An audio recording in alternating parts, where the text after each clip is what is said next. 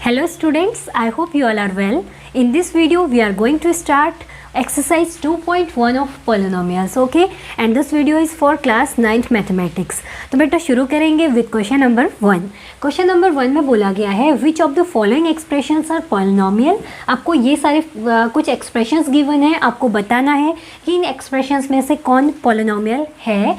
ठीक है, इन one variable. Polynomial तो पूछा है, साथ में क्या बोला गया है कि वन वेरिएबल वाला पॉलिनोमियल. ठीक है, एंड विच आर नॉट, और कौन से वन वेरिएबल वाले पॉलिनोमियल नहीं है.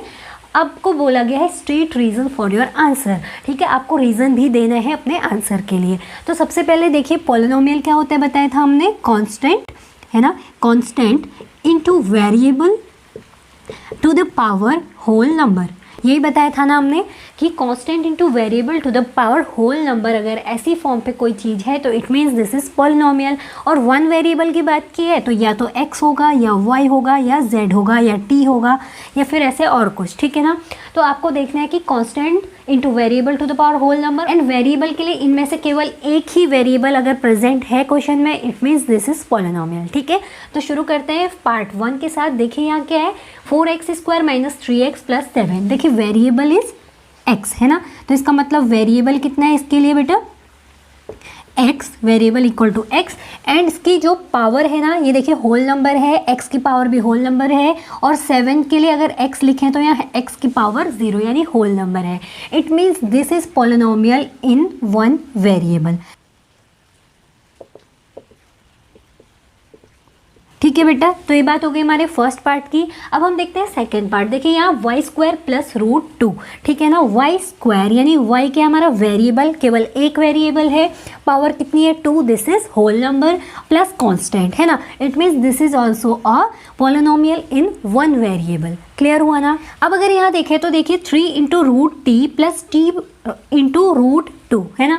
अब देखिए अगर यहाँ कांस्टेंट की बात करें तो दिस इज 3 है ना, और वेरिएबल हमें t की फॉर्म पे तो दिख रहा है, पर अगर बात करें इसकी पावर की तो 3t टू द पावर 1/2 बन जाएगा ये है ना. और ये 1/2 जो है ये होल नंबर नहीं है, तो इसी से यहाँ पे कैंसिल हो गया कि ये एक पॉलिनोमियल नहीं है. ठीक है ना, क्योंकि इसकी पावर होल नंबर नहीं है. It means this term is not a polynomial, या फिर this expression is not a polynomial. ठीक हो गया ना. अब अगर इसकी बात करें तो यहाँ पे ये क्या था बेटा, t टू द पावर 1. अगर केवल ये टर्म होता तो ये पॉलिनोमियल होता, पर अब इसके साथ ये जुड़ गया, it means it is not a polynomial. ठीक है, तो ये पॉलिनोमियल नहीं है. ठीक है, अब हम बात करेंगे फोर्थ वाले पार्ट की. तो इसमें गिवन है y प्लस 2/y है ना. अब देखिए अगर इसको आप कन्वर्ट करते हैं तो y प्लस 2/y है ना, यानी y की पावर 1 है जब वो नीचे है, तो अब y को आप ऊपर लाएंगे तो y की पावर -1 हो जाएगी. तो इट मीन्स देखिए y की पावर माइनस में आ गई. ये एक होल नंबर तो है नहीं है ना, होल नंबर्स तो 0, 1, 2, 3 सो ऑन ऐसे होते हैं, तो ये नेगेटिव पावर आ गई. It means this is not a polynomial. ठीक है, अब हम बात करेंगे फिफ्थ वाले पार्ट की. तो देखिए यहाँ हमें क्लियरली दिख रहा है, यहाँ x to the power 10, y to the power 3, t to the power 50. यहाँ तो वेरिएबल कितने हैं बेटा, वेरिएबल ही 3 लिखे हुए हैं. कितने वेरिएबल हैं, x, y और t, यानी 3 वेरिएबल हैं. हमें क्या बताना था, पॉलिनोमियल इन वन वेरिएबल. तो ये पॉलिनोमियल इन वन वेरिएबल नहीं है. क्लियर हो गया ना, तो ये भी एक पॉलिनोमियल इन वन वेरिएबल नहीं है. Hopefully this question is clear to you है ना.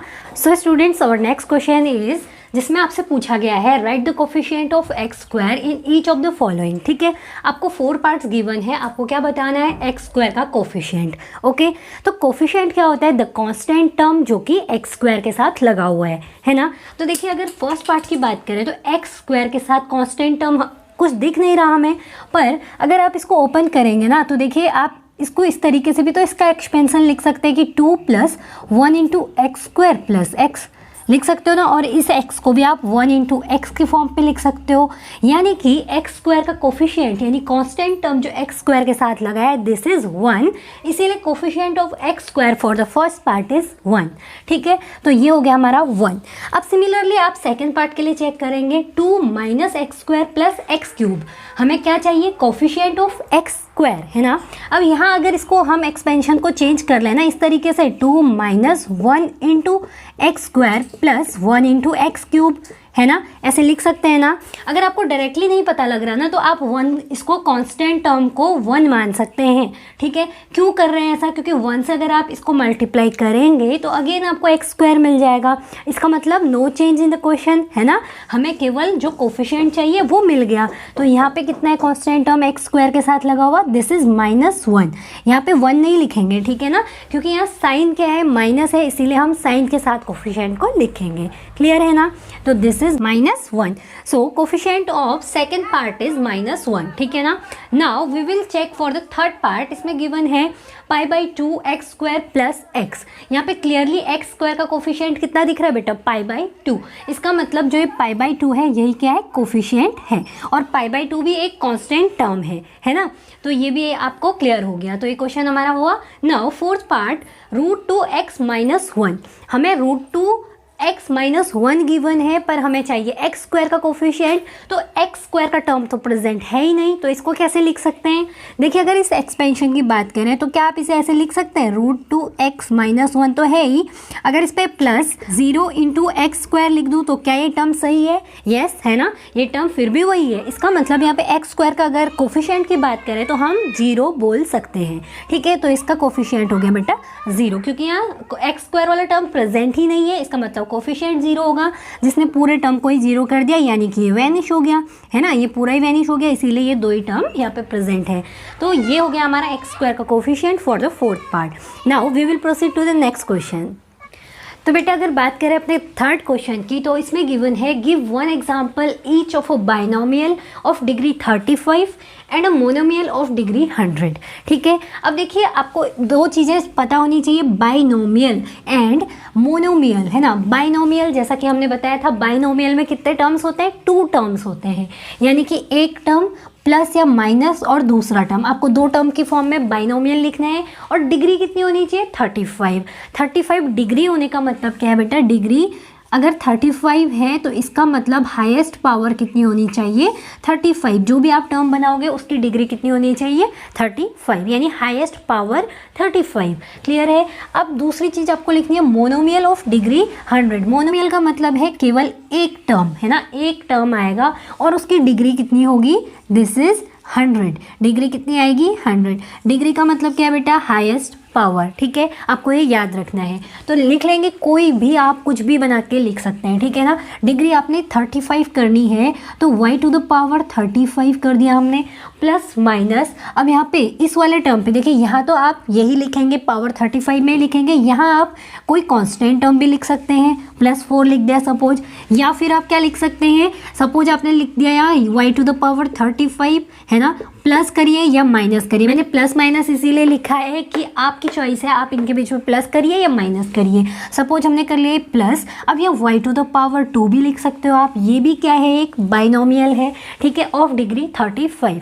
अब इसी तरीके से आप इसको x⁵ प्लस 100 ये भी लिख सकते हो, ठीक है ना। तो आपकी चॉइस है कि आप उसे किस तरीके से लिख रहे हैं। आपको बस क्या करना है, बाइनोमियल मतलब 2 टर्म्स दिखाने हैं पॉलिनोमियल के, और डिग्री 35 मतलब हाईएस्ट डिग्री आपको दिखानी है 35। उसके बाद आप कम वाली डिग्री 2 दिखाओ, 20 दिखाओ या कुछ भी दिखाओ, 35 से कम डिग्री दिखानी पड़ेगी, ओके। या फिर कांस्टेंट टर्म लिख लीजिए, ऐसे या ऐसे, ठीक है ना। अब बात करेंगे दूसरे की, जिसमें हमें मोनोमियल लिखना है ऑफ डिग्री 100।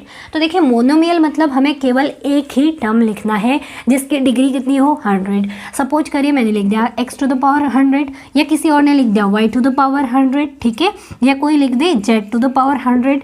ये सब क्या है, मोनोमियल ऑफ डिग्री 100। क्लियर हुआ ना। तो आप ऐसे और भी बहुत सारे मोनोमियल्स, बाइनोमियल्स लिख सकते हैं।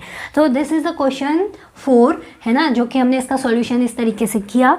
Now we will proceed to the next question of this exercise. तो बेटा बात करेंगे क्वेश्चन नंबर 4 की, ठीक है। क्वेश्चन नंबर 4 में आपको गिवन है write the degree of each of the following polynomials, ठीक है। तो आपको डिग्री के लिए हमने बताया था कि जो हाईएस्ट पावर होती है किसी भी टर्म की, वही क्या होता है, हाई डिग्री, है ना। Highest power is called degree, है ना। तो इस वेरिएबल की हाईएस्ट डिग्री कितनी दिख रही है हमें, 3। इट मीन्स इसका जो डिग्री है दिस इज 3, है ना। हाईएस्ट पावर है 3, तो इसका मतलब डिग्री कितनी हो जाएगी, 3, ठीक है। तो ये बात होगी हमारे फर्स्ट वाले पार्ट की। नाउ सेकंड पार्ट के लिए देखें तो यहाँ वेरिएबल क्या है 4 माइनस वाई स्क्वायर है ना, तो y क्या है वेरिएबल। अब वेरिएबल की पावर कितनी है 2, इसका मतलब हाईएस्ट पावर कितनी है 2, तो इसकी डिग्री कितनी हो गई 2, डिग्री इज 2, ठीक है ना। अब थर्ड पार्ट की बात करें तो 5t माइनस रूट 7, यहाँ पे हमें वेरिएबल दिख रहा है t और इस t की पावर दिख रही है 1, इसका मतलब इसकी डिग्री क्या हो जाएगी 1, डिग्री इज 1, ठीक है ना, degree is 1 for the third part. अब फोर्थ पार्ट की बात करें तो केवल एक कांस्टेंट नंबर लिखी गई है और आपको बताया गया था कि जो भी कांस्टेंट नंबर होती है उसकी डिग्री हमेशा कितनी होती है 0 होती है ना। आपको प्रूफ करके भी दिखाया था कि किस तरीके से ये 0 होती है। अगेन अगर हम इसको बोलें कि 3, तो 3 को आप क्या लिख सकते हैं 3 into x to the power 0 लिख सकते हैं ना। तो यहाँ वेरिएबल क्या है x और इसकी पावर कितनी है 0, इसीलिए इसकी पावर इसका डिग्री कितना हो जाएगा बेटा, डिग्री इक्वल टू 0, ठीक है ना। तो ये बात होगी हमारे पार्ट फोर्थ की, ठीक है ना, जो कि क्वेश्चन नंबर 4 का पार्ट है। Now we will proceed to the next question of this exercise.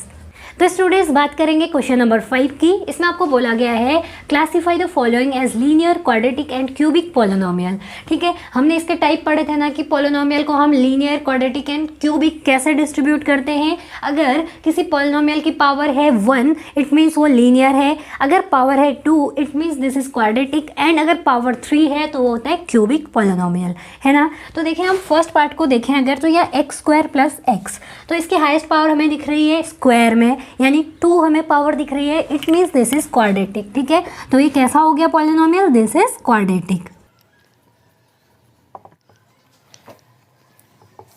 ठीक है। तो ये बात हो गई हमारे फर्स्ट पार्ट की। नाउ सेकंड पार्ट, यहाँ x minus x cube given है, तो अगर क्यूब की बात करें यहाँ देखिए इसकी पावर हाईएस्ट कितनी जा रही है, क्यूब तक जा रही है, it means this is cubic polynomial, ठीक है। कैसा पॉलिनोमियल है ये, क्यूबिक, ठीक है। नाउ थर्ड पार्ट, इसमें गिवन है y plus y square plus 4। अब देखिए यहाँ y वेरिएबल है और y के हाईएस्ट पावर है 2, it means this is quadratic polynomial. कैसा पॉलिनोमियल, क्वाड्रेटिक, ठीक है स्टूडेंट्स। नाउ फोर्थ पार्ट में गिवन है 1 प्लस एक्स। अब देखिए x की पावर कितनी है 1, इसका मतलब ये कैसा है, लीनियर पॉलिनोमियल, ठीक है। नाउ फिफ्थ पार्ट की बात करें तो यहाँ पे कितना गिवन है बेटा 3t। अब t हमें वेरिएबल दिख रहा है और t की पावर दिख रही है 1, it means this is also linear polynomial. कैसा पॉलिनोमियल, लीनियर, ठीक है। अब अगर हम 6 पार्ट की बात करें तो यहाँ गिवन है r स्क्वायर। अब r क्या है यहाँ पे, दिस इज वेरिएबल की हाईएस्ट पावर हमें 2 दिख रही है, केवल एक ही टर्म वाला है यानी कि मोनोमियल है ना, तो इसकी पावर 2 है, it means this is quadratic polynomial. Now अब लास्ट पार्ट की बात करें तो आपको गिवन है 7x क्यूब। यहाँ देखिए x की पावर 3 है, इसका मतलब है this is cubic polynomial in variable x, ठीक है। तो ये क्या हो गया बेटा, दिस इज क्यूबिक पॉलिनोमियल। तो ये बात हो गई बेटा आपके एक्सरसाइज 2.1 की। Hopefully this exercise is clear to you, है ना। तो students if you find this video helpful please like, share and subscribe our channel and hit the bell icon for more updates. So we will meet in next video, ठीक है। Till then, take care and bye-bye.